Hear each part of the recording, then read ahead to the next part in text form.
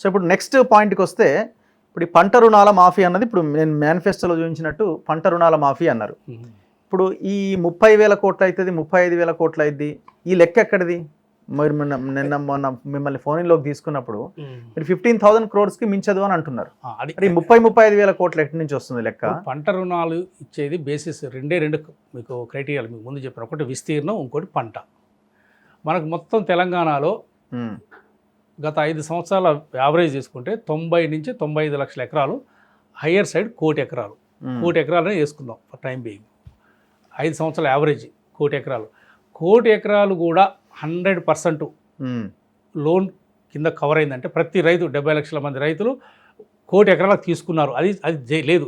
NABARD report ప్రకారం 45% తెలంగాణ రైతులు ఎవరైతే 92% అప్పుల పాలు ఉన్నారు, కానీ అందులో 45% మాత్రం బ్యాంకులు ఇచ్చి తీసుకున్నారు, గవర్నమెంట్ బ్యాంకులు ఇచ్చి. మిగతా వాళ్ళు ప్రైవేట్ లోన్స్, టెనెంట్ ఫార్మర్స్ వీళ్ళందరికీ బ్యాంకులు ఇవ్వరు కదా, ప్రైవేట్ లోన్స్ అవి.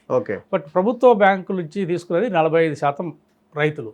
అంటే ఒక 50% ఎకరేజ్ కవర్ అవుతుంది. అంటే 1 కోటి ఎకరాలలో 50 లక్షలు 60 లక్షల ఎకరాలు కవర్ అయి ఉంటుంది. దీన్ని బట్టి చూస్తే లేదు ఆబ్సెంట్ ఫార్మర్స్ కూడా తీసుకురనుకుంటే 100% వేసుకుందాం. మీకు యావరేజ్ స్కేల్ ఆఫ్ ఫైనాన్స్ ఇంకో క్రైటీరియా ఏంటిది? పంటకు స్కేల్ ఆఫ్ ఫైనాన్స్ 1 ఎకరానికి ఎంత ఇస్తారండి. సో యావరేజ్గా ఇది సంవత్సరం పెరుగుతుంటుంది. ఇప్పుడు 15,000 20,000 ఉంది, కానీ 5 ఏళ్ల కింద 6 ఏళ్ల కింద 10,000 12,000 ఇచ్చేవాళ్ళు. సో యావరేజ్గా మనం ఈవెన్ హైయర్ సైడ్ 20,000 తీసుకున్నా, 90 లక్షలకు తీసుకున్నా 18,000 కోట్లు అవుతుంది. అది కూడా వెరీ హైయర్ సైడ్. సో ఇక్కడ సమస్య ఏంటంటే ఈ 18,000 కోట్లు సర్వీస్ ఏరియాలో తీసుకున్న పంట రుణాలు అనుకుందాం. ప్లస్ ఇది కాకుండా నేను అనుకోవటం ఏంటంటే బహుశా ఈ ఫిగర్ రావడానికి 2-3 కారణాలు ఉన్నాయి. ఏది 35,000 కోట్లని, కొందరు 40,000 కోట్లని అంటున్నారు. సో పంట రుణాలు వాస్తవానికి బ్యాంకులు ఇచ్చిన అంటే ఓన్లీ ప్రిన్సిపల్ చూసుకుంటే 15,000 కోట్ల కంటే ఎక్కువ ఉండదు. ఇందులో ఒక 3-4 ఫ్యాక్టర్స్ యాడ్ అయి ఉంటాయి నేను అనుకుంటాను. ఒకటి వడ్డీ, అక్యుములేటెడ్ వడ్డీ ఉంటుంది కదా. ఇది వడ్డీ కట్టిన రైతులకు అయితే అంతే ఉంటుంది, ఎవ్రీ ఇయర్ కట్టుకొని రెన్యువల్ చేయించుకుంటే. కానీ చాలామంది రైతులు కట్టరు.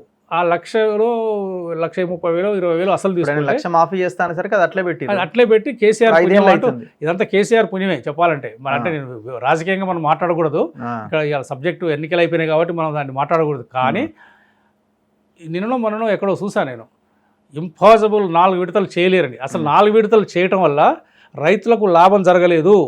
అది బడ్డన్ అయ్యి వడ్డీలకు వడ్డీ 90,000 తీసుకున్న రైతు చివరికి 1,60,000 అంటే ఎవ్రీ ఇయర్ వడ్డీ కట్టిండు. ఆ 90,000 పోయినాయి, మాఫీ అయిన 90,000 పోయినాయి, మళ్ళీ ఇంకా 90,000 అటు పెండింగ్ ఉన్నది.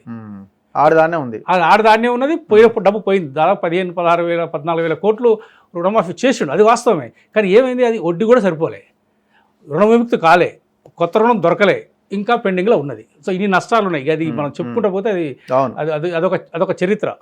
సో ఆ చరిత్ర పునరావృతం కాకూడదని కదా ఇప్పుడు ఏకకాలంలో మీకు ఆ ఓడు కూడా ఉంటుంది. బహుశా ఏకకాలంలో 2 లక్షలు చేస్తామన్నారు. ఇది ఎందుకంటే ఈ 4 విడతల వల్ల లాభం లేదు. 4 విడతలు అనేది అసలు యూజ్లెస్. చేయకున్నా పర్వాలేదు, మేము చేయమని చెప్తే రైతులు అదేదో ఆ వడ్డీ కట్టుకుంటారు, అయిపోతుంది. ఈ ఆశ చూపించి 4 విడతల వల్ల పెద్దగా లాభం జరగలే వాస్తవానికి. దాన్ని దృష్టిలో పెట్టుకొని మనము 2 లక్షలు ఏకకాలంలో చేయాలనేది అప్పుడు శ్రీధర్బాబు గారి అధ్యక్షతన ఏదైతే ఈ మేనిఫెస్టో కమిటీ ఉన్నదో. సో ఇదంతా ఏంటంటే కొంచెం ఎడ్యుకేటర్స్, ప్రొఫెసర్స్ డాక్టర్ రియాజ్ అని, డాక్టర్ లింగం యాదవ్ అని, సో ఈ విధంగా ఒక మంచి వెల్ ఎడ్యుకేటెడ్ ఇప్పుడున్న స్పీకర్ గారు గడ్డం ప్రసాద్ గారు, సో వీళ్ళంతా మెంబర్స్, మన దామోదర్ రాజనరసింహ గారు. సో ఇదంతా మేము ఏదో ఆషామాషిగా చేయలేదు. ప్రతి ప్రామిస్ వెనకాల ఒక సైంటిఫిక్ ఎక్సర్సైజ్ చేసాం. దీని ఇంప్లికేషన్ ఏమిటి, సో మనం ఇంప్లిమెంట్ చేయగలమా. సో ఈ రుణమాఫీ వచ్చినప్పుడు కూడా ఇదంతా ఎక్సర్సైజ్ చేసాం. సో ఆ ఏకకాలం అనే పదాన్ని కూడా యాడ్ చేసినాం. ఎందుకంటే దఫాలుగా చేస్తే ప్రయోజనం లేదు. సో కాబట్టి ₹1,00,000 అంటే కూడా మళ్ళీ వడ్డీ పరంగా ఉంటుంది. కాబట్టి చేస్తే 2 లక్షలు చేయాలి, కొంత బడన్ అయినా. మాక్సిమం ఒక 20,000 crores అవుద్ది అనుకుంటున్నారా మీరు? అయితే ఇక్కడ సమస్య ఏంటంటే ప్రిన్సిపల్ అమౌంట్ 15,000-18,000 కంటే ఎక్కువ ఉండదు. కానీ ఈ 4-5 ఏళ్లలో ఈ అక్యుములేటెడ్ వడ్డీ మాత్రం బాగానే అయి ఉంటుంది. అది ఎంత అనేది ఈ బ్యాంకర్స్ కూడా చాలా తెలివిగా ఎట్లాగో మొత్తం అప్పంతా కడుతుంది అంటుంది కదా గవర్నమెంట్ అని మొత్తం చూపించేస్తారు అంతే. సో బ్యాంకర్స్ ఏం చేయాలంటే బ్యాంక్ వైజ్గా, అంటే తెలంగాణ గ్రామీణ bank, State Bank of India, ఇప్పుడు మనకి ఇక్కడ తెలంగాణలో State Bank of India lead bank స్టేట్కు.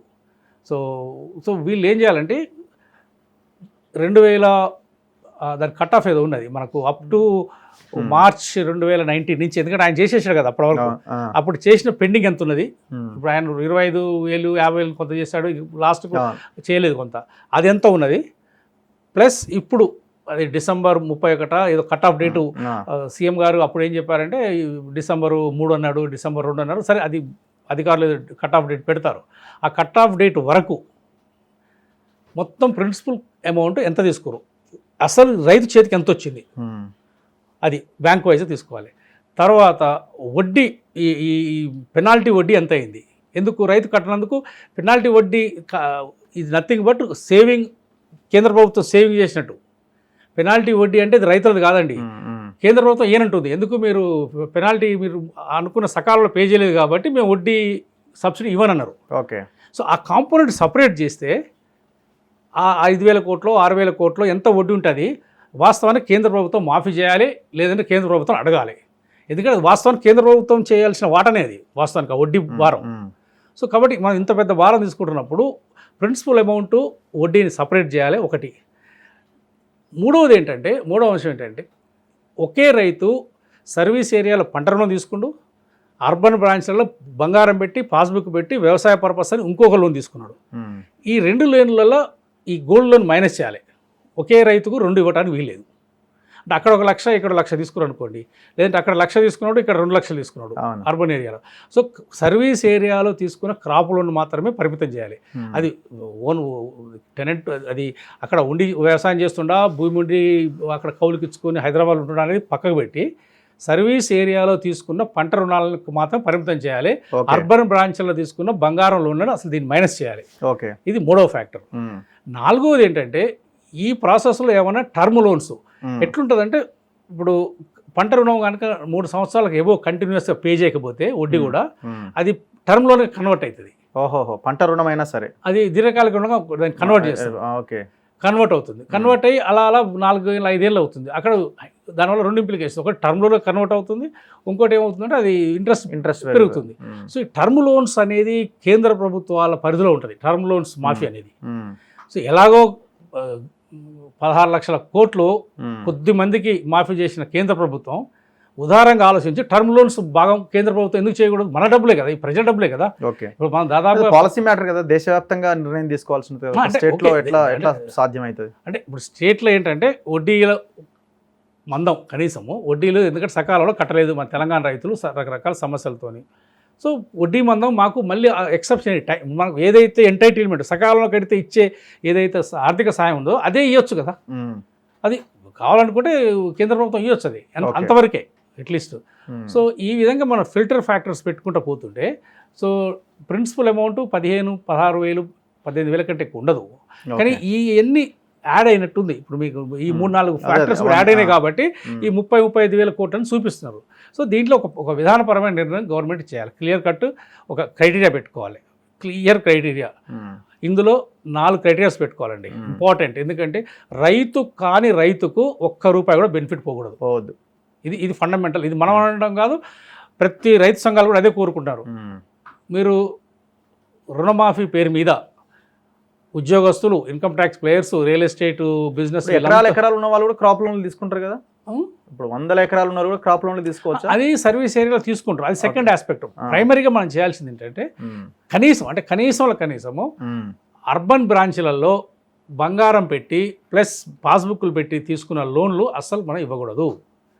ఇక్కడ తీసుకునే వాళ్ళంతా ఐటీ ప్లేయర్స్, ఉద్యోగస్తులు, సామాన్య రైతులు కూడా ఉండొచ్చు కదా అందులో. పాపం సామాన్య రైతులు సర్వీస్ ఏరియాలో తీసుకుంటారు. వాడికి హైదరాబాద్లో వచ్చి గోల్డ్ పెట్టి ఇంత గోల్డ్, సామాన్య రైతుకు 20 తోళ 30 తోళ బంగారం పెట్టి తీసుకున్నంత స్తోమత చాలా ఎక్సెప్షన్ కేసులు అవన్నీ. సో కాబట్టి బంగారం పెట్టిన లోన్లు మాత్రము వ్యవసాయ పర్పస్ అని నాన్ సర్వీసులు తీసుకున్నదాన్ని స్ట్రైట్ అవే తీసేయాల్సిన అవసరం ఉన్నది.